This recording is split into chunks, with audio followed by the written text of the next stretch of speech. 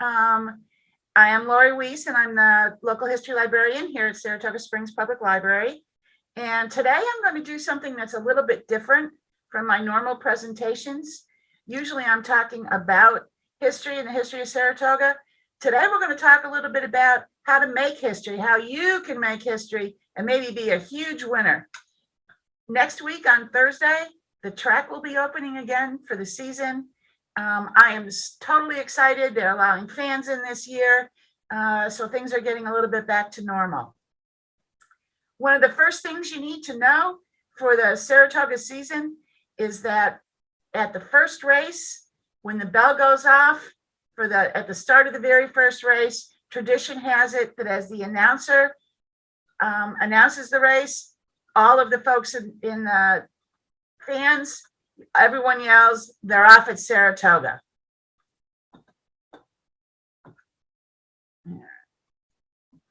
Okay, so the first thing you need to know in learning how to look at a racing program is what kind of a race is it? There's a number of different levels that we need to be looking at. The first one is what's the type of race? A maiden race is all horses must make what is called break their maiden in order to be eligible to race in other kind of races. So a maiden race is the first race that any race that the horse is running in and needs to come in first in order to move to any of the other classes. So all horses must break their maiden in order to move to a different class. The next class up was a claiming race. Claiming races usually mean that the horses are for sale. They tend to be some of the lower caliber of horses, or it could be a very nice horse that the trainer, the owner, has decided they're going to sell. You can tell sort of the caliber of the horse in a claiming race by the purse size. If the race is only a $5,000–6,000 horse race, the purse, it's probably going to be a little bit less caliber of horse. You know, you get into $25,000–$30,000 claiming races, there's a little bit higher caliber of horse. And I'm going to talk about claiming in a minute, a little more in depth. The next kind of race is an allowance race. These tend to be a little bit better, a little bit higher calibers, a little bit higher level. And again, you can tell the caliber of the race by the purse size. The lower the purse, sort of the less, the less caliber of horse versus a higher purse, you're going to find a higher caliber of horse. Handicap races are races that are put together by a steward for a particular reason. And one example might be a number of horses in a race are carrying a lot of weight. Weight is not the horse's weight, it's the jockey and the equipment is what goes into the weight calculation. So they may give a handicap to 4 or 5 horses who are not carrying weight or who are carrying weight. And that's all that means. The highest level of race is a stakes race. They're graded stakes races, 1, 2, and 3. 1 being the highest, that's the Traverse, the Whitney, the Kentucky Derby. And at Saratoga, we have a number of stakes races, including grades 2s and 3s.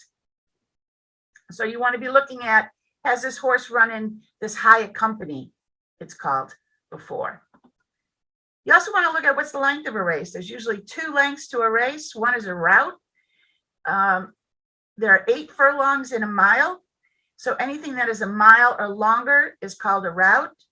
Anything that is 7 furlongs or less, usually 5, 6, 7 is the standard. Those are called sprints. If you think about it, it takes a very different running style to run a very long distance versus a really quick burst of energy. You want to look at what kind of surface is it. There's 3 kinds really, but I'm not going to talk about synthetic surfaces at all. But here at Saratoga, we have a dirt track and we have a turf track. Most horses have a preference. Sometimes you'll see a trainer go back and forth, see if maybe they'll like the turf, maybe they like the dirt better, but they tend to have a preference on the kind of track they want to run. And then last thing you want to look at is the condition of the surface. You'll see it designated before every race.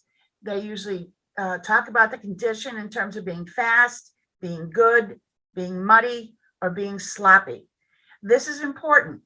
At a handicap seminar that I was at several years ago, I learned this one little piece of information that really has helped me kind of look at the condition of the surface as at its importance.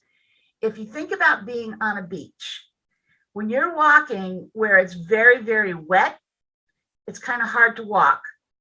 If you're walking where it's very, very dry in the sand, it's hard to walk.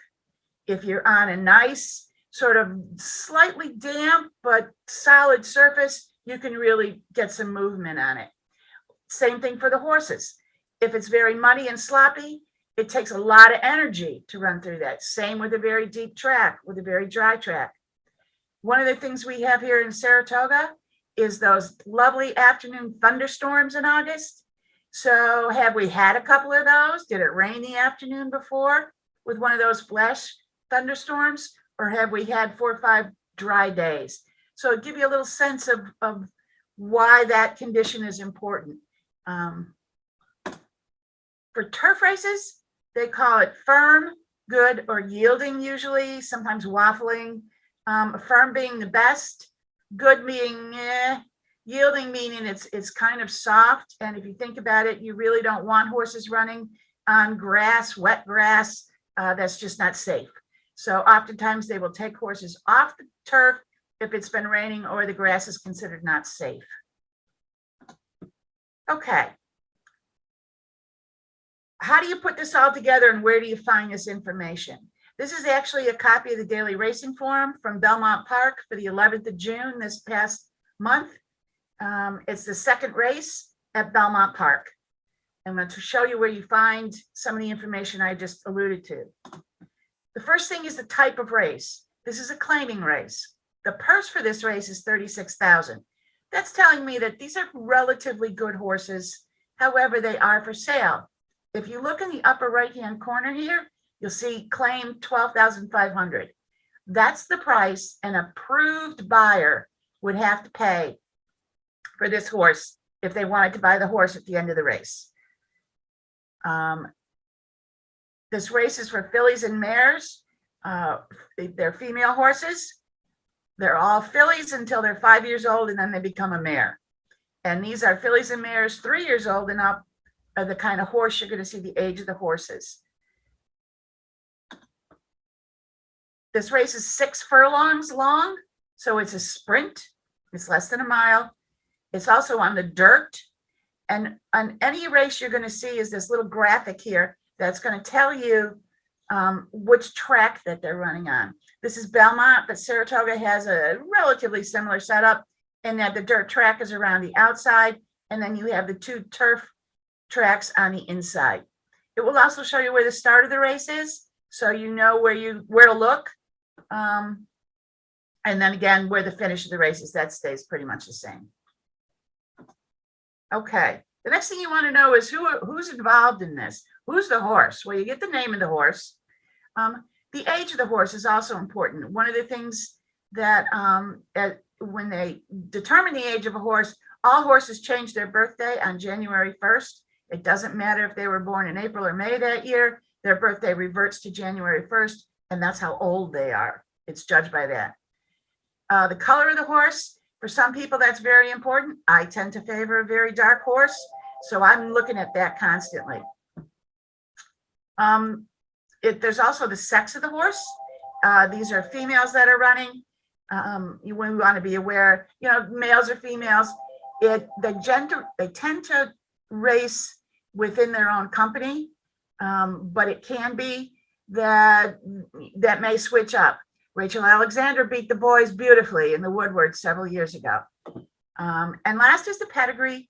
This is very important. Some people look at this. It's often where a trainer and an owner will try and determine if a horse has a pedigree that's more turf preferenced or more dirt preferenced. It also can tell you a little bit about what we call a mutter. You may remember several years ago, a horse by the name of Medaglia d'Oro won the Traverse in a blinding rainstorm. I was home watching it. You could barely see the horses cross the finish line. So if it's a rainy day and I see the track is muddy and I see a horse, their pedigree's got Medaglia d'Oro, I'm going to look twice at that horse as a potential winner for this race. You want to look at the trainer. What are the stats for the trainer? I'm going to show you how to find those. Who's the owner? That's very important to some folks. The Ramseys, that's a name of an owner. Most of their horses have the word cat or kitten involved in it somewhere. It's kind of their thing. Who is the breeder? New York breds. This is New York. We have races for New York breds. Solely horses that were bred here in New York. And lastly, who's the jockey? What are the jockey's personal stats? And I'm going to show you how to find those. And have they ever ridden this horse before? Do they know the horse? Just because they haven't ridden it before doesn't mean anything. It might mean the jockey who is currently riding today is the owner's go-to jockey. It might mean the one who rode it before is busy on somebody else. It might mean the trainer decided this guy doesn't ride it really well, so I'm going to try somebody else. One of the key relationships is between the owner and the jockey, and I put the racing silks in the middle. Jockeys wear the colors of the owner's silks. The Racing Association determines the colors for the owner or with the owner, and then anytime their horses run, they use their silks. So that's why you see the jockeys changing their shirts all the time. All right, this is Varadia. Varadia was the number 3 horse in that second race at Belmont on June 11th, and I'm going to use Varadia as our example to kind of talk through what all of these statistics mean. Okay, first, obviously there's her name, and she's the number 3 horse. Each of the horses will have a saddle cloth on them with a number. They'll also have the number on the jockey's arm, so you can, track that as they're going around. The color of the saddle cloth is pretty standard. Varadia would have had a blue cloth with white lettering because that's what the number 3 usually uses. Tells you also a little bit about her here. She's a dark bay or brown mare, 6 years old, but she was born in April. So she's really 5.5, but they call her 6. You see her sire information, that's her father, is Sky Mesa, and Sky Mesa's sire was Pulpit. They often go back a couple of generations. And the dam was Callie's Joy, and her sire was Distorted Humor, the same sire of Funny Side. The breeder, this is a breeder Rockridge stud. They're down in the Hudson Valley. And it's also telling me who the trainer is, a man by the name of Rob Atras. Here's where Rob's statistics are. The first set of statistics are going to be the ones for that particular meet. So here at Belmont, Rob Atras has had 60 horses or 60 starts. He may have started a horse more than once. He's had 60 starts. He's come in 12 times. He's come in first. 10 times his horses have come in second. 11 times they've come in third. He has a 20% win number. For all of 2021, at whatever tracks he's entered his horses, he's entered 152 horses with 31 wins. So again, he's got a 20% win ratio. So chances are if he's got, multiple horses in today, he's probably going to hit something. Okay, here's the jockey. The jockey for Varadia today is Dylan Davis. Dylan Davis has a special place in my heart. His father, Robbie, who is also a jockey, the family lives in the area. And Robbie used to bring the kids in all the time on Thursday nights here into the Saratoga room, and we'd look at maps and all kinds of cool things. I probably wouldn't know Dylan today if I fell over him, but he has a soft place in my heart. And you can also see the same thing with Dylan's stats. He's had 7 mounts at Belmont, and he's come in first 43% of the time. And in 2021, he's had 271 starts. He's come in 43 times first, and he's got 16% for the year. So this tells you a little bit about how Dylan's doing. You also notice here that Dylan has not ridden this horse before. So he's new to the horse. Here's the owner, is Winley Farm. Winley Farm is actually up towards Hudson Falls, right around the Vermont border. I think it sort of straddles it almost. And it's telling me that the color of Winley Farm silks that Dylan Davis is going to be wearing are Kelly green with a gold circle and an N and a gold cap. So I can spot them quickly as they're going around. So we're going to use some past performances, which is what you're looking at the program, to imagine how the horse might do. These are living beings, the horses and the jockeys.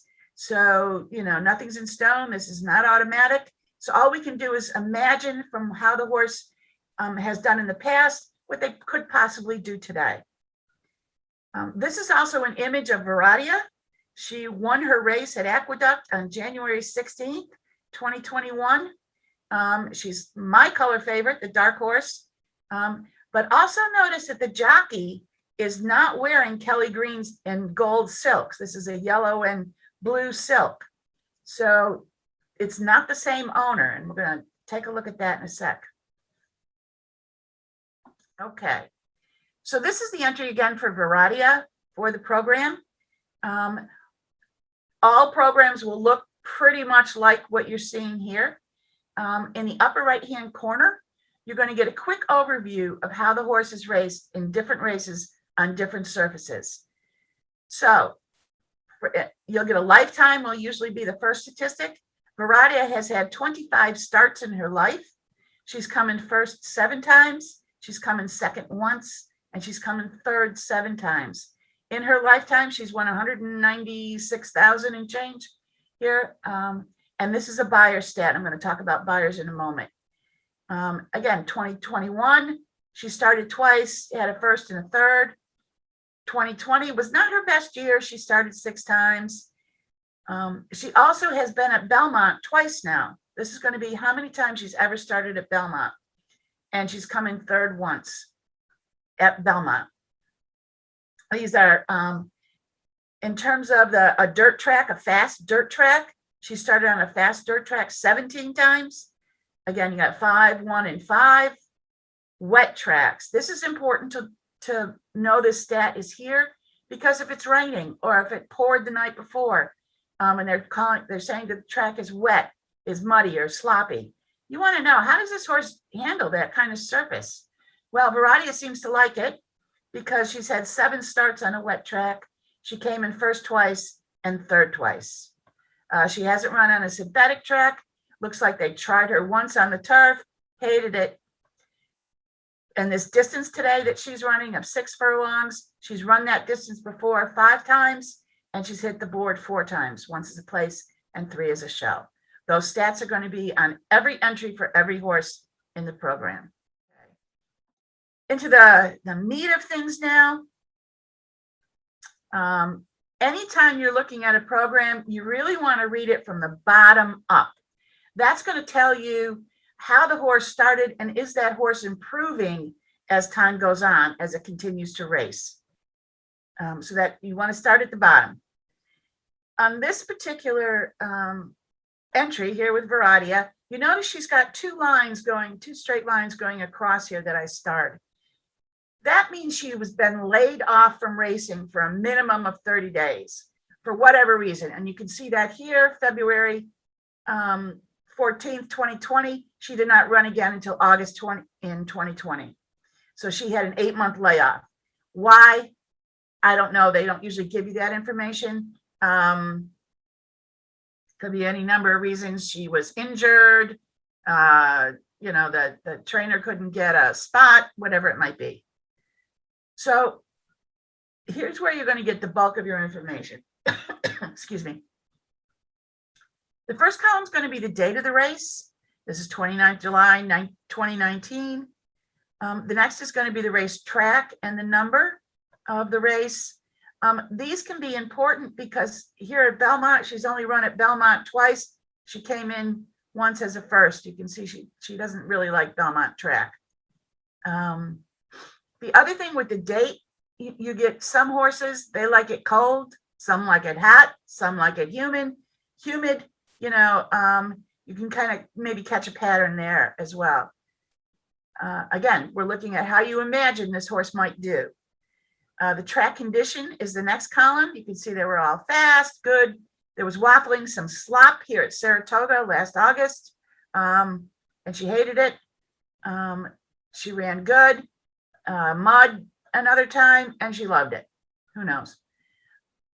This is the distance of the race, was a mile. And then she ran some 7 furlong races. And remember, today she's running 6 furlongs, according to that stat on June 11th. If this was a turf race, there would be T's along here, and I'll show you an example of what that looks like. All of these fractions that are come next, these are time fractions for the lead horse. As you're watching a race, you'll hear the announcer say, you know, they did opening quarter in 22 and 4. They were screaming here. It's usually around 23-ish is an average time for an opening quarter. But again, these are the lead horse, not necessarily your horse, unless they were on the lead. We'll skip a little bit here because they don't mean that much. They're a little too deep. You got the type of race and the purse. Her initial race on these statistics, which are not all of her statistics. Remember, she started 25 times. There's not 25 entries here. But at this particular race, it was a claiming race. They were trying to sell her. The next time, but she did so well, the next time they entered her in a little bit higher race, an allowance race with a nice price to it. She won it, won a nice purse on that. The next race, they dropped her back to a claiming race. They still want to sell her. And she was sold. That's what a claim is. So at the end of this race, she was sold for whatever the price is here, $16,000. And she got a new trainer instead of Steve S. Newson. She then was being trained by Antonio Arriaga. So all of these statistics belong to Antonio and the players group, not to this original owner. That's where you saw the change in jockey silks. She has a new owner. So she was running with their silks as opposed to what she's running today, because she was also claimed after that race in February. Okay. Oh, meds and weights. A lot of people swear by the weight that the horse is carrying. Some people say it doesn't matter, but this is where you'll find that information today. On the date of this race, she was carrying 125 pounds. L stands for Lasix. It's a medication they give horses for bleeding, so they don't bleed in their lungs. And also, I'm not quite sure what F is, but B stands for blinkers. And where you point the nose of the horse is where the horse is going to go, with the ears and the nose of the horse. So they want to have some control. You've got a 1,200 pounds, 2,000 pounds of animal, running 30, 40 miles an hour. The jockey's got to have some control on it. And one of the things that helps for some horses is what's called blinkers. It allows them, it shields their eyes so they can only look forward, basically. And it keeps them from being distracted and potentially getting into a problem. Next to that are the win, place, and show. In italics, those are horses that are in today's race. And lastly, will be some comments. All right. Into the meat and potatoes of things. These are Varadia's past performances. And again, you're going to read them from the bottom up because I want to see if she's improving or is she, struggling. What's the issue going on? These are buyer's figures. These are assigned to horses. These are speed ratings. They're assigned by the racing secretary or the buyer's people. I'm not quite sure who. They're useful, and you can see if, again, is she improving? Well, she had a 73, 76, 76, 87, and then she had a bad day. And she improved a little bit, back down, down, down, and then she starts to improve a little bit up until February when she's given a layoff and she's claimed. Okay. This will tell you how she ran the race. The initial set of statistics here is the post position and the number of horses. So she was horse number 1, and there were 5 horses in the race. So the first real number, and they'll have little numbers after it usually, tells you what position she was in coming out of the gate. So Varadia here in this particular race came out of the gate, and the nearest horse to her, which was behind her, was half a length behind her. That's different from the next race where she was in 4th place and she was 1 3/4 lengths behind the lead horse. So if a horse is not the lead horse, those numbers will mean how far behind the lead horse were they. If they are the lead horse, if they're the number 1, they're going to tell you how far the horse behind them was. So a little nuance there. You can see Varadia won this race by 12 lengths. She was on fire that day. Just to point out some of the differences between past performances that you'll see. This is Sham Rocket. It's from a different race, again on the 11th of June. But here Sham Rocket's running on the turf, and you can see the turf, the T for turf here. One means, an oval means an inner track, I think, and a square means the outer turf. I'm not positive on that. It usually has to do with how tight the turns are, and they'll indicate that. Sham Rocket really shows clearly how you can identify a closer from a pacer from a raider. You determine a closer by where they are as they're coming out of the gate, how they're running along, and then where they end up in the finish. Again, think about the kind of beach analogy, where the horses who are coming out in front, they shoot out fast, they're going at it full bore, and then you see the horse way in the back, and he just seems to be loping along. And then all of a sudden they come around the top of the stretch, and he comes like nobody's business and wins the race. Usually closers are kind of they got one good run in them, and they're going to save it for the end. They're also hoping that the horses on the front end, the pacers, are going to poop out a little bit. They're going to get tired, and that's what they're banking on. So how do you tell who's a closer and who's a pacer and who's a raider? Closers start out with high numbers. This guy's an 8th, 7th, 8th, 7th, and all of a sudden he shoots to 3rd. 9th, 11th, 10th, 3rd, 10, 9, 5, 4, and got right up there. Versus here, where Sham Rocket stayed right up in the front, right up nice and tight. If you look at the first 3 numbers on a past performance and sort of look at a pattern, if they tend to be 1, 2, or 3, they're in 1st, 2nd, or 3rd place, you've got a pacer. You've got a horse who wants to come out of the gate and run, versus the closer who's going to sort of lop behind a little bit and wait for that final run to come through. And you can also have horses who will what's called rate. They tend to sit behind. Here you've got 7 horses. He's kind of sitting in the 5th place, goes to 3rd, and finally comes in 2nd.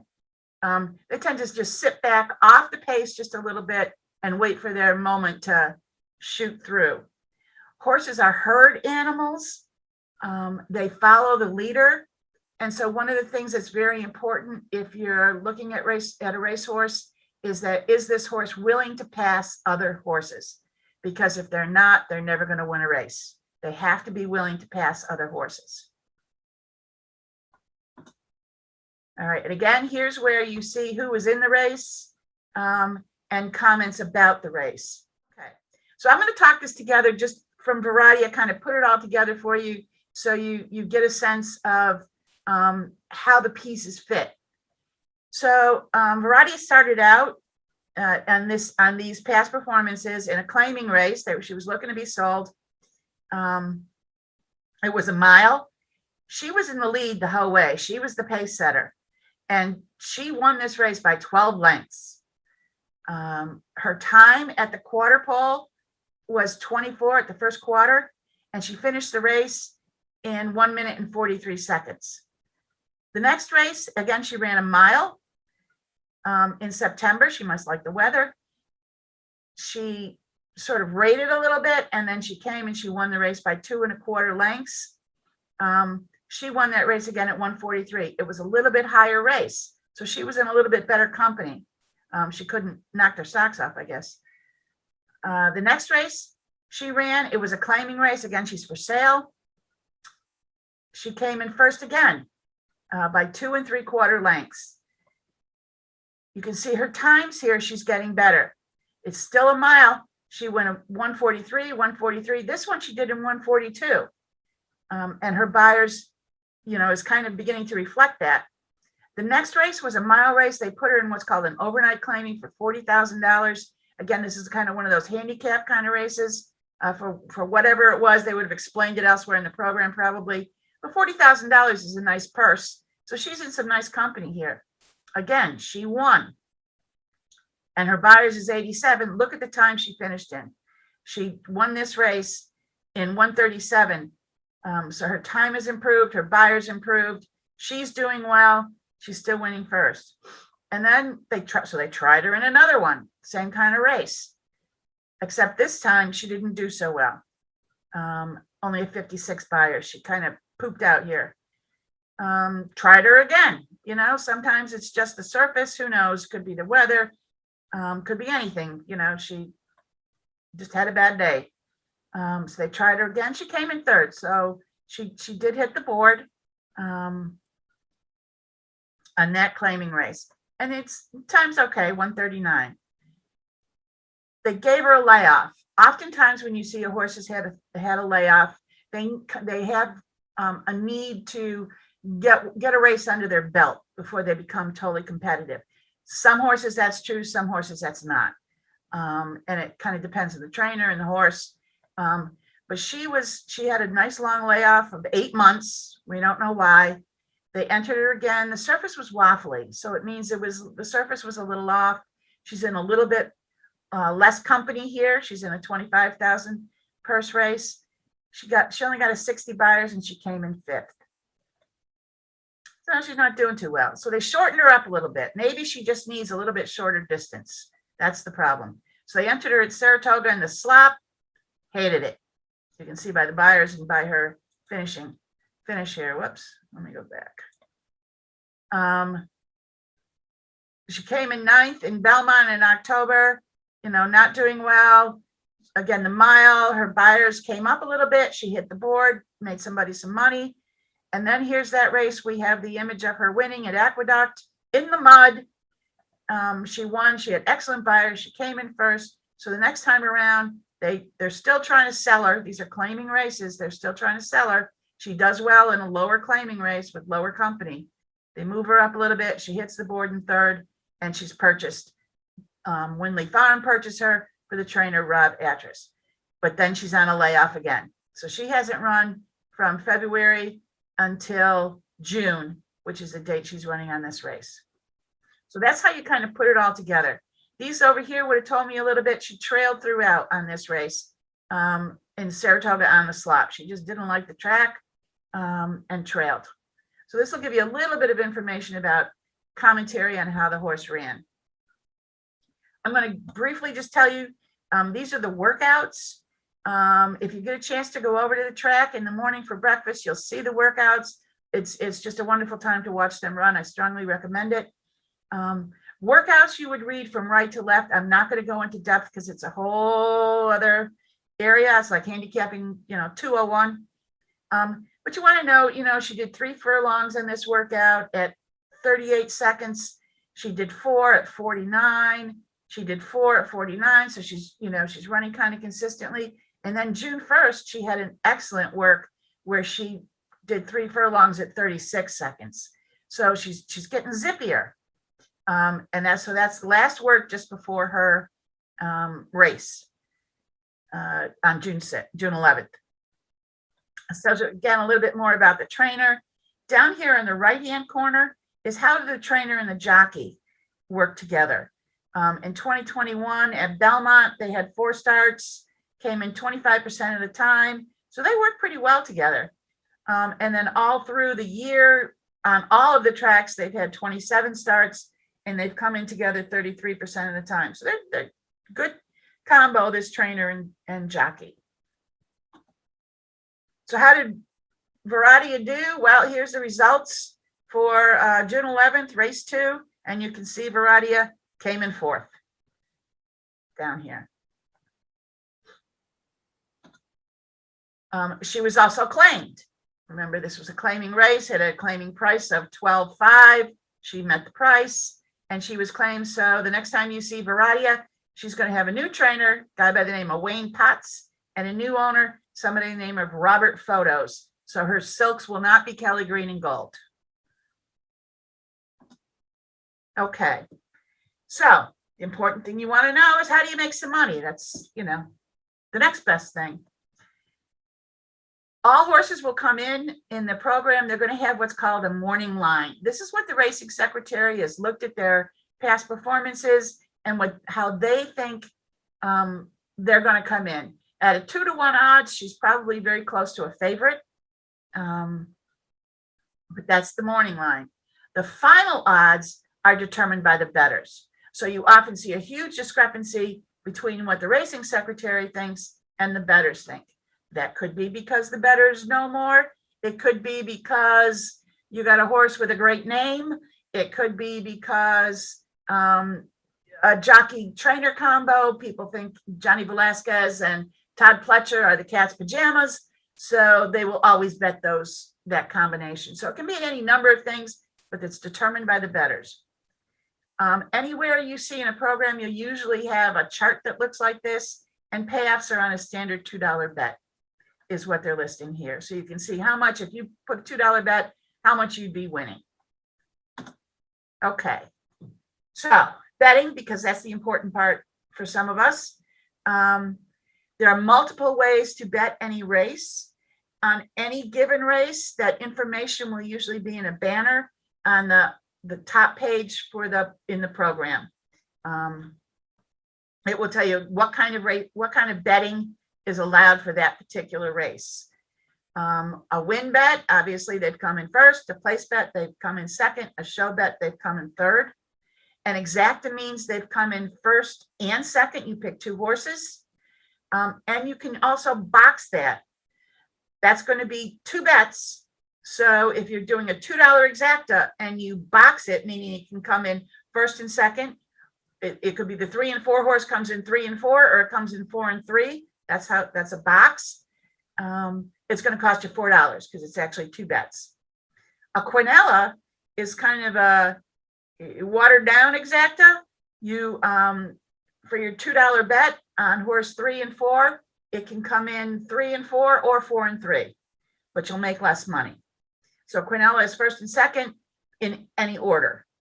Trifecta is a triple. They come in first, second, and third.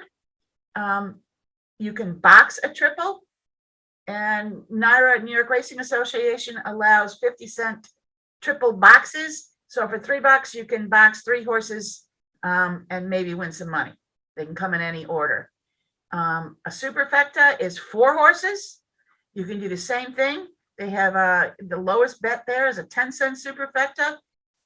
It costs $2.40, and I have to tell you, a few years ago, opening day, I hit a 10-cent superfecta, paid me $1,500. So it can be a really cool bet. Daily doubles mean you're picking the first horse in one race and the first horse in a second race, and they will tell you which 2 races will be a double. It can be, sometimes they have an early double, the first and second race, sometimes the last 2 races, sometimes in the middle. That information, again, is in the program. You can always bet. You don't necessarily have to make boxes out of these and do multiple bets. You can bet an exacta straight. I just want to pick horse 3 and 4. That's it. That's my $2 bet. The payoffs, in the end, this is where you see how much the payoffs were for this race. The 5 came in here and paid $5.80. Now you'll hear people talk about, I made a bet across the board, or I bet win, place, and show. That means I made 3 bets and I would hit all 3 of these if I'd played it across the board. I have a win bet, a place bet, and a show bet. It cost me, at a $2 bet, it would cost me $6 because there's 3 bets, but you can see I would have made 8, 9, 10, 11, about $12. So I got my money back. An exacta, this is a $1 exacta, numbers 5 and 7. You can see the payoff is $13 versus the quinella, even though it came in that order, only pays a smaller amount because it could have come in the other way and it still would have paid. Here's a 50-cent triple, paid $21. And again, a 50-cent triple is about $3 a bet. Dollar Double, 5 and 5 paid 10, and a 10-cent superfecta would have cost $2.40, and it paid $9.80. And you can see here's Veradia. She came in fourth, so she actually impacted the purses that day. Okay, final tips. One of the things you want to ask yourself as you're looking at the program is, why is this horse in this race? If it's got a race and you're looking at it and you're looking at the pacing numbers, those 1, 2, and 3s, you've got a number of horses that are going to go really zippy. And then you've got this one horse that's 10, 10, 10, 1. You've got a really solid closer in there. You might want to think about the closer, because there's enough pace in it. Those zippy horses are going to be trying to get ahead of each other, and they're going to tire each other out. And that's just enough for that closer to come around that top of the stretch and nail it. Maybe. You want to think about the weather. Have we had a lot of rain? Again, I talked a little bit about, think about it as you're like walking on a beach. How difficult is it going to be? Are the horses going to poop out early? So it allows for a closer to come in. When you're looking at the horses, I love to, either go to the paddock or watch them on the horse walk or in the post parade when they first come out onto the track. Look for a horse that's on its toes and dimpled all over. And it's very hard to describe, but if once you've seen it, you'll know what it looks like. They're just all dimples all over, and it's a sign of a happy horse, and they may be raring to go. You never know, but they're definitely into what's happening. It is nearly impossible to handicap a maiden race for 2-year-olds. They're 2-year-olds. They're babies. They act like 2-year-olds. They come out and they do whatever. So if it's a maiden race for 2-year-olds, that's the time you might want to think about which one's pretty, your grandmother's birthday, the nice name, whatever it might be, because it's really impossible to handicap them. And last little factoid is that favorites tend to come in about 1/3 of the time. Meaning, if the horse is a favorite, that morning line, Veradia was 2-1. If she had been the favorite in that race, she had about a 1/3 chance that she was going to come in. She didn't. That happens. The other thing to be aware of, though, is Saratoga is known as the graveyard of favorites. It's our handle. Okay, a couple folklore tips. And again, these are just for fun. My husband's Aunt Marge, her tip was, always bet the gray in the rain at Saratoga. My mother, her tip always was, look for the one with the long neck, so they stick it across the finish line. I have a friend who is part owner of a few horses. He loves to sit at the end of the horse walk where he can watch the horses go down into the paddock area, because he wants to pick the one with the biggest butt, because they got a good kick, good end kick, get him across the line. And very common sense, if a horse has a bowel movement, run to the window. That horse is probably feeling much lighter. Never, ever, ever bet more than you are willing to lose. That's how you stay out of trouble. And if all else fails, pick a pretty one. I tend towards dark horses, and if I can't figure it out on paper, that's the one I'm probably going to look at. It's just a horse race. Have fun. And in the words of Harvey Pack, may the horse be with you.